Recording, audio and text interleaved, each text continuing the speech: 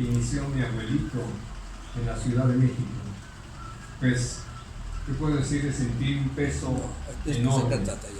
¿Por qué? Porque la gente iba a esperar, pues, que de mí surgiera algo parecido a lo que mi abuelito había hecho. Y fue lo primero que Dios me enseñó, que eso era un error. Pensar, o que yo esperara poder dar la medida de mi abuelito. Yo fui llamado por el Señor para realizar una tarea.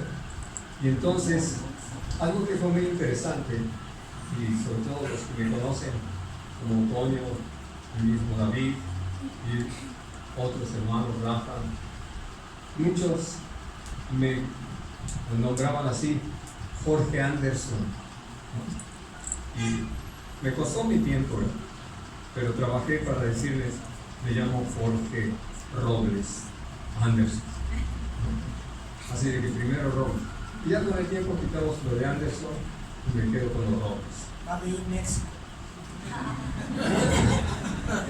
Pero no en San Juan, Ixtayopa. Luego les damos la ciudadanía de San Juan. No, yo paso. Bueno, entonces, este es el primer consejo que le hemos dado a Eleazar. Dios le ha dado a él para combatir, para edificar la iglesia.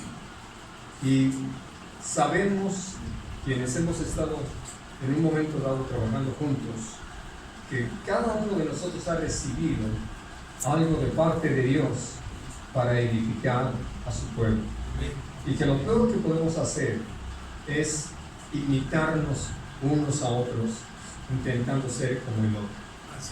Sé que en lo espiritual, en la actitud de santidad o de pureza, de rectitud, ahí vale la pena imitarnos, pero no en el ejercicio de un ministerio.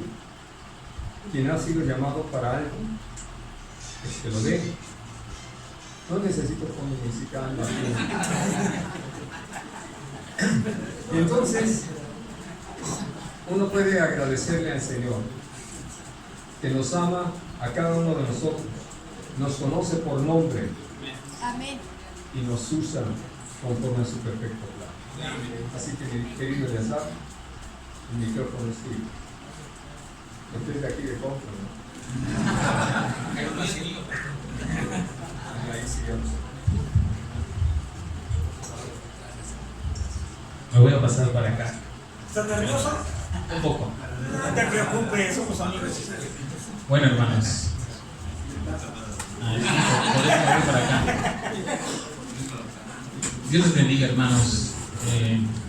Cuando el hermano Jorge me dijo, tú vas a ser el siguiente, vas a ser el primero, yo le dije, híjole, qué responsabilidad tan grande que me ponen, ¿no? Pero sabían que es un privilegio. Lo estuve analizando hoy en la mañana.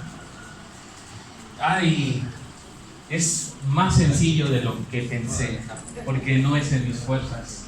Creo que lo que voy a hablar no es en mi capacidad, sino en el poder del Espíritu. Entonces, si vamos a hablar lo que el Espíritu quiere que diga, pues solo voy a utilizar, soy un instrumento. Entonces, hermanos, si me equivoco, discúlpenme, voy empezando. Y bueno, acepto críticas constructivas. Bueno, hermanos, me gustaría que busquemos, si tienen sus Biblias, Lucas capítulo 15.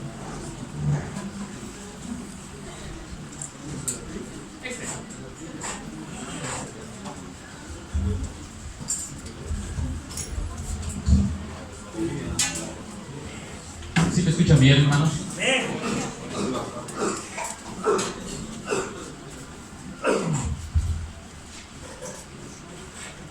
El tema que se me encargó, hermanos, es acerca de lo que venía compartiendo nuestro pastor.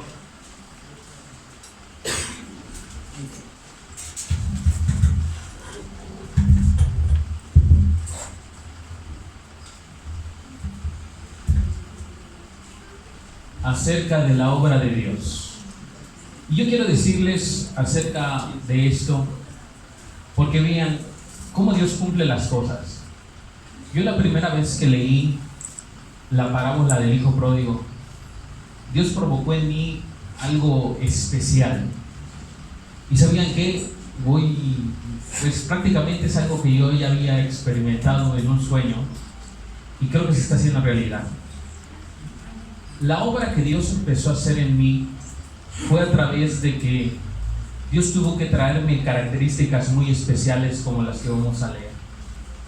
Y de acuerdo, quiero que lo lean, creo que ya lo saben, ya lo han escuchado muchas veces, pero es importante que a veces retomemos algunos puntos. Por eso yo quiero leerlo, que lo sigan, y voy a empezar a compartirles lo que Dios me ha regalado, de lo mucho o poco que me ha regalado. Dice: también dijo un hombre que tenía 2 hijos. Estoy en el 15:11. Y el menor de ellos dijo a su padre: Padre, dame la parte de los bienes que me corresponde. Y les repartió los bienes. No muchos días después, juntándolo todo, el hijo menor se fue lejos a una provincia apartada y ahí desperdició sus bienes viviendo perdidamente. Y cuando todo lo hubo malgastado, vino un gran hombre a aquella provincia y comenzó a faltarle. Y fue y se arrimó a uno de los ciudadanos de aquella tierra, el cual le envió a su hacienda para que apacentase cerdos. Y deseaba llenar su vientre de las algarrobas que comían los cerdos, pero nadie le daba. Y volviendo en sí dijo: ¿cuántos jornaleros en la casa de mi padre tienen abundancia de pan, y yo aquí perezco de hambre? Me levanté e iré a mi padre y le diré: Padre, he pecado contra el cielo y contra ti. Ya no soy digno de ser llamado tu hijo. Hazme como a uno de tus jornaleros. Y levantándose vino su padre, y cuando aún estaba lejos, lo vio su padre y fue movido a misericordia y corrió. Y se echó sobre su cuello y le besó. Y el hijo le dijo: Padre, he pecado contra el cielo y contra ti, ya no soy digno de ser llamado tu hijo.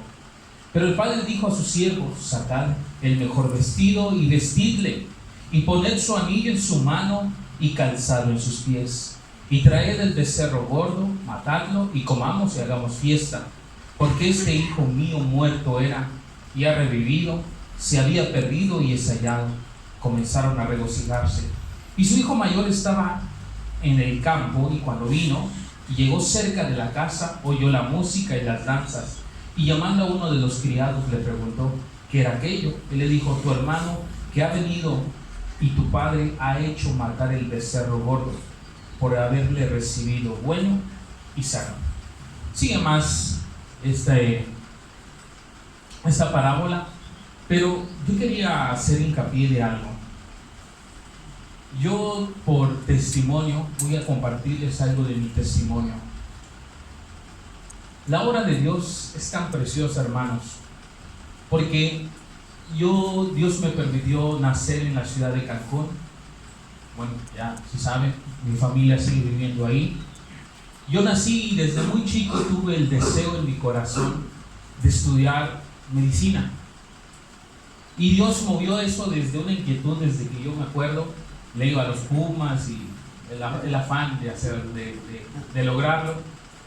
Y entonces llegué a la Ciudad de México a los casi 14 años, 13 años si no me equivoco, y hago el examen para el CCH y la prepa, y Dios permite que me quede en el CCH.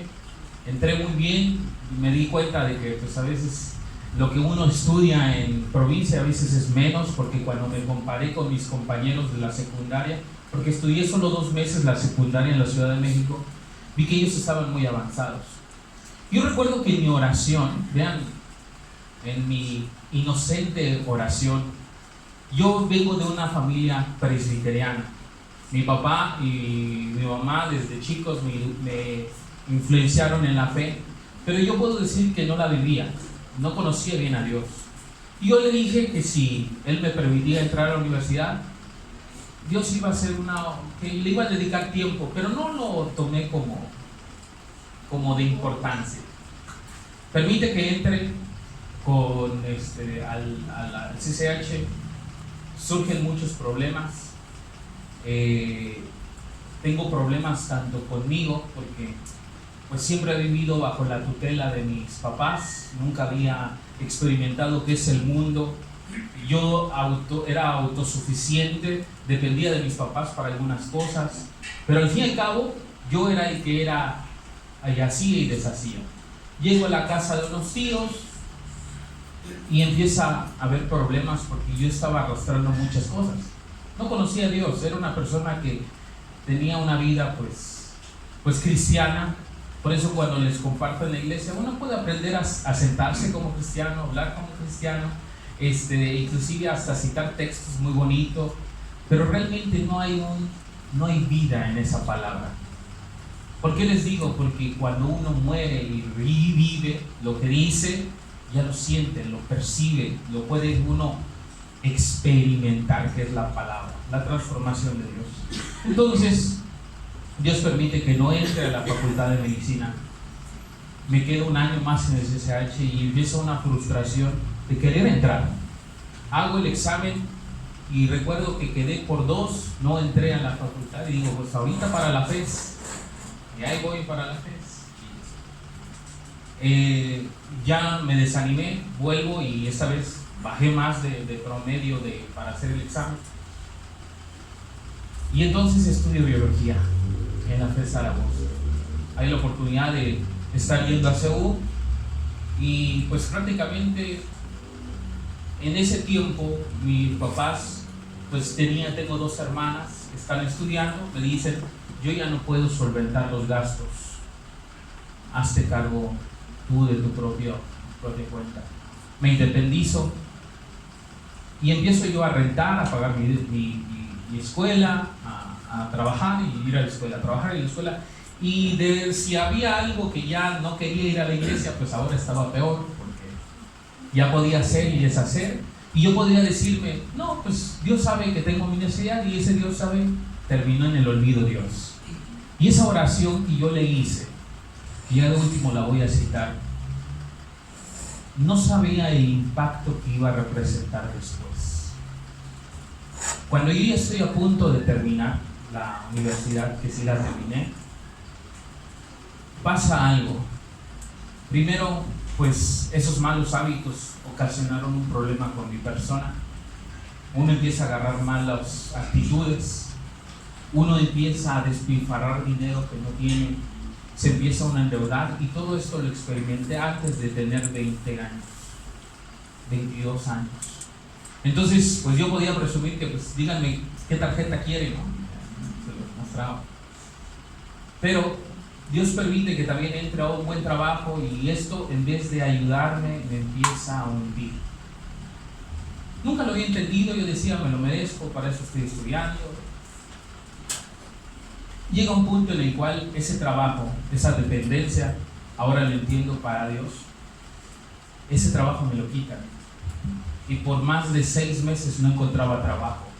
Y tengo gastos en la escuela, tengo gastos en todo. Y esa deuda empieza a crecer. Y todos los problemas se empiezan a agrandar. Lo más chico se vuelve grande. Y me quedo en una frustración. Y le digo, Señor, ahora sí, a buscar al Señor, ayúdame. Pero le doy gracias a Dios porque Dios utilizó a mi tío. Bueno, es bueno que lo diga. El pastor es mi tío. Nunca voy a olvidar ciertas cosas que Dios empezó a hacer en él. Que todos los sábados él me iba a visitar y estaba en la puerta de mi casa donde rentaba.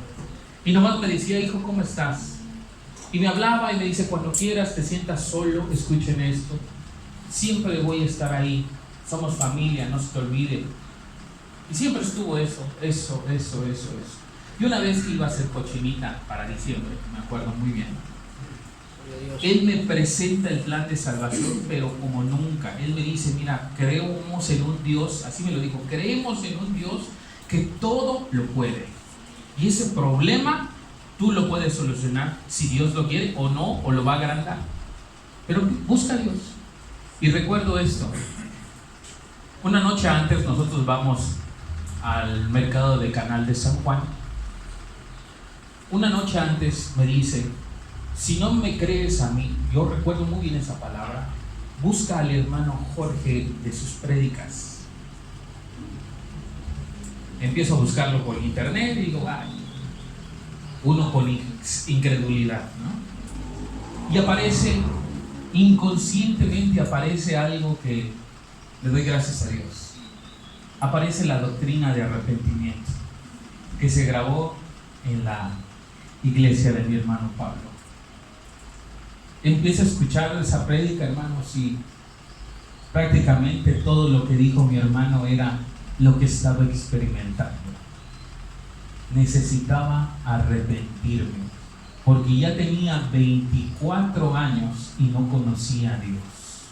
Yo podía decir, ¿quién me puede decir de la Biblia? Yo ya la conozco, crecí con ella, me sabía versículos de la Biblia, pero me quedé tan ignorante de saber que todo lo que leía y lo que me estaba diciendo el hermano tenía un significado. Y yo me acuerdo que esa vez no necesitó decirme el hermano, pues, ¿quién siente en su corazón? Vamos a hacer esta oración conmigo. No, yo en mi cama me senté y empecé a orar. No, nunca había orado de esa forma. 1 hora le estuve derramando a Dios toda mi carga y le estuve diciendo, Señor, ¿por qué siempre has estado ahí? Ahora lo entiendo, y yo lo que le doy gracias a Dios, porque inclusive hasta mi hermano Carlos estaba preguntando, que prácticamente preguntas que yo le estaba haciendo, el hermano Carlitos lo estaba haciendo en esa pregunta, y yo dije, wow, y yo dije, yo quiero vivir esa vida, yo quiero creer y buscar a Dios. Entonces Dios provoca en mí algo que nunca había sido. Siempre iba a la iglesia y decía, voy a leer alguna vez la Biblia. Me memorizaba versículos. Mi papá, para incentivarme, me ponía 10 versículos de la Biblia cada semana y él me compraba o me regalaba algo, o a veces, si no lo hacía, pues me pegaba. Entonces me los memorizaba a la fuerza. Entonces me los memoricé, pero nunca los entendí, nunca vi la profundidad de las cosas. Y cuando empiezo a leer la Biblia, hermanos, empecé a decir, no sé nada. Y me empezaba a maravillar de que todo eso iba teniendo vida. Y esto es lo que yo quiero decirles, hermanos, porque eso me pasó a mí. Y yo creo que a todo mundo nos pasó. Pero aquí es donde yo quiero empezar. ¿Qué pasó con lo que les acabo de decir del hijo pródigo? Sí, es una parábola, pero ¿cómo creen que ese hijo regresó con su papá? Y esa es la pregunta que yo me hice después de leer esto, porque esto cuando lo leí, a mí me cautivó de una forma que dije, yo estoy viendo esto y es lo que quiero que vean. Posiblemente ya lo hayan leído, pero yo quiero platicarles acerca de algo. La obra de Dios no me vuelve a dejar como estuve ni como estoy, sino que diario voy creciendo en el conocimiento de la plenitud de Cristo.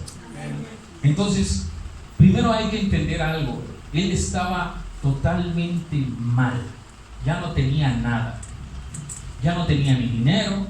Es más, imagínense, yo cuando lo leí y vi que decía que apacentaba cerdos. No sé si ustedes lo estaban viendo, que llegó al punto que ya no tenía nada y se fue a apacentar cerdos. Para un pueblo judío, no sé si ustedes sepan, los cerdos hasta para apacentarlos es prácticamente algo malo. Es una inmundicia, lo dice en Deuteronomio. Comerlo, peor. Imagínense lo que tuvo que pasar él. Yo no leo que él haya comido, pero yo sabía que yo creo que él comió. Porque cuando tú ya sabes que ya no hay más bajeza en tu propia vida, puedes entender cuánto alguien te puede amar. Y es ahí donde, cuando ya vi todos los problemas que me rodeaban, les estoy hablando solo de deudas, pero había problemas con mi personalidad, con mi soberbia, con muchas cosas, hermanos. Entendí que Dios quería que estuviera en esa posición para valorarlo. Y uno diría, yo cuando lo leí, ¿y dónde está ahí el arrepentimiento? Pues ahorita vamos a ver que hay un ciclo de que nosotros tenemos que ir atendiendo que el arrepentimiento es constante en nuestras vidas. Cometo el pecado, ya dejo de practicarlo, o si los practicaba me arrepiento, y esto va a ser constante.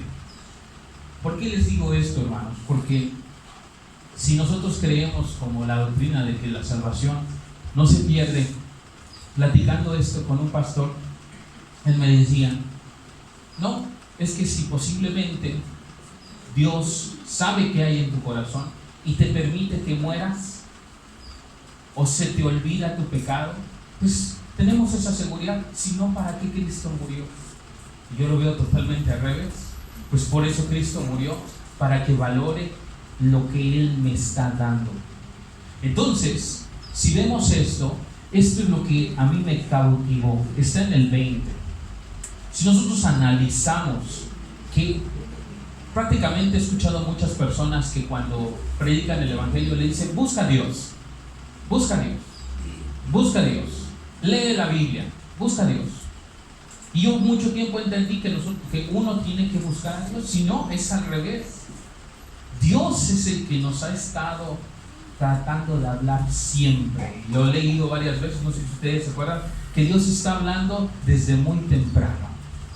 Y lo dice aquí, que cuando vio a su hijo, si ustedes ven, no fue el hijo que fue corriendo a abrazar al padre. ¿Quién fue? El padre fue movido a misericordia y lo agarró y lo abrazó. Hermanos, cuando esa vez yo sentí una experiencia, ¿qué es lo que yo les quiero decir? Que cambió mi vida. Estaba orando y yo necesitaba un abrazo, hermano.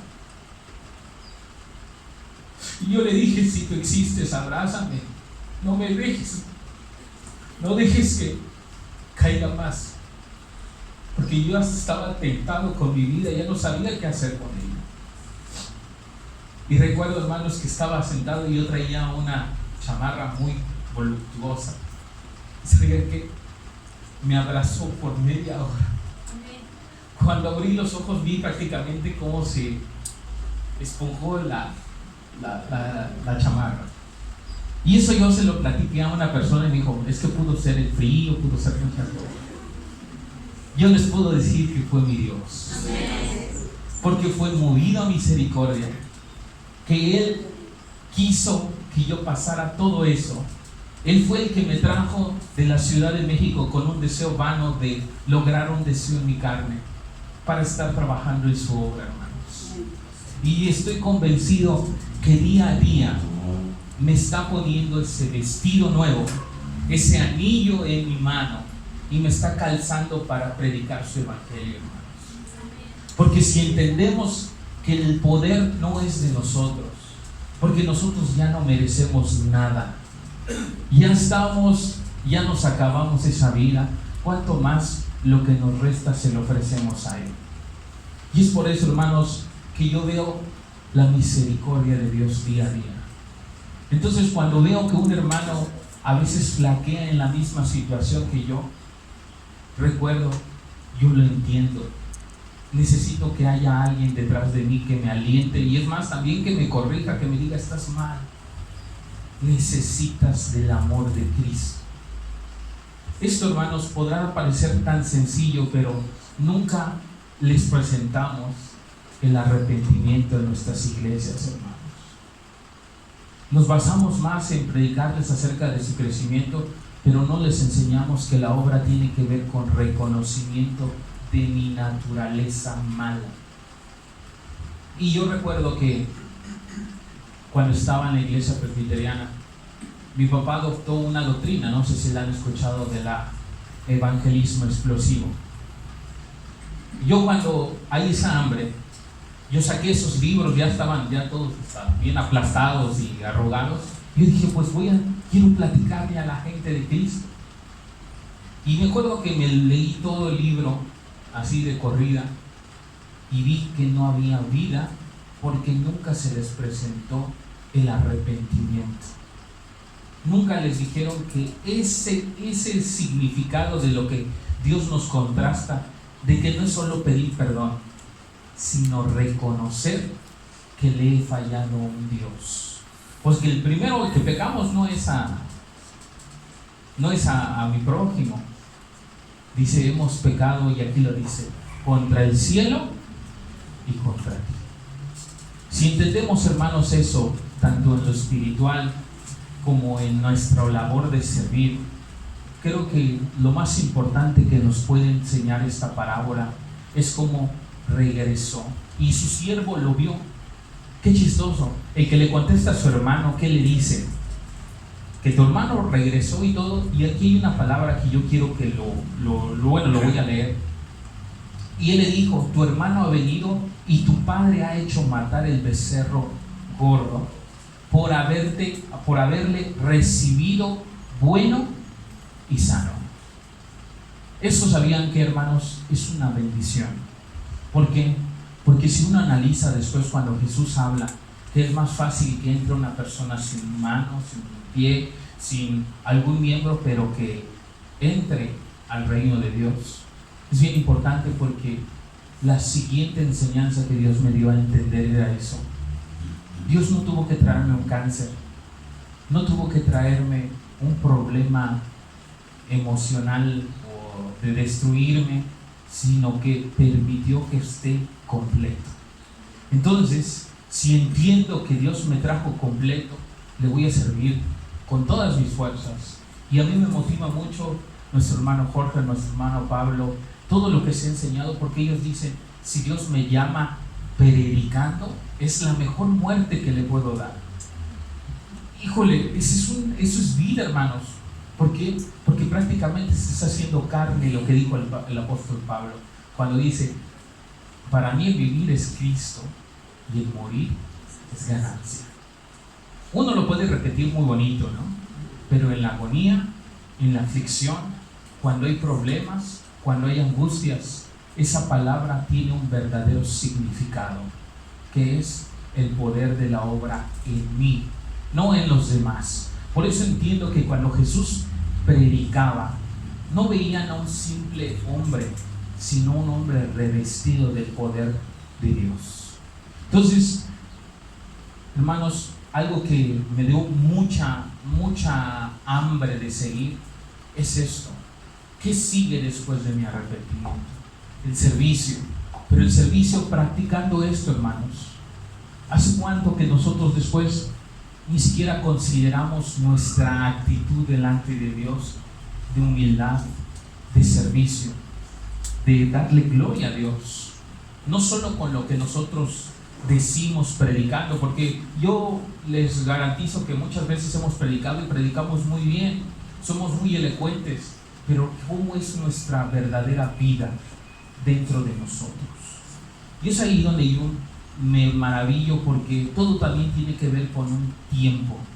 Y es ahí donde, leyendo Eclesiastés capítulo 3, dice así: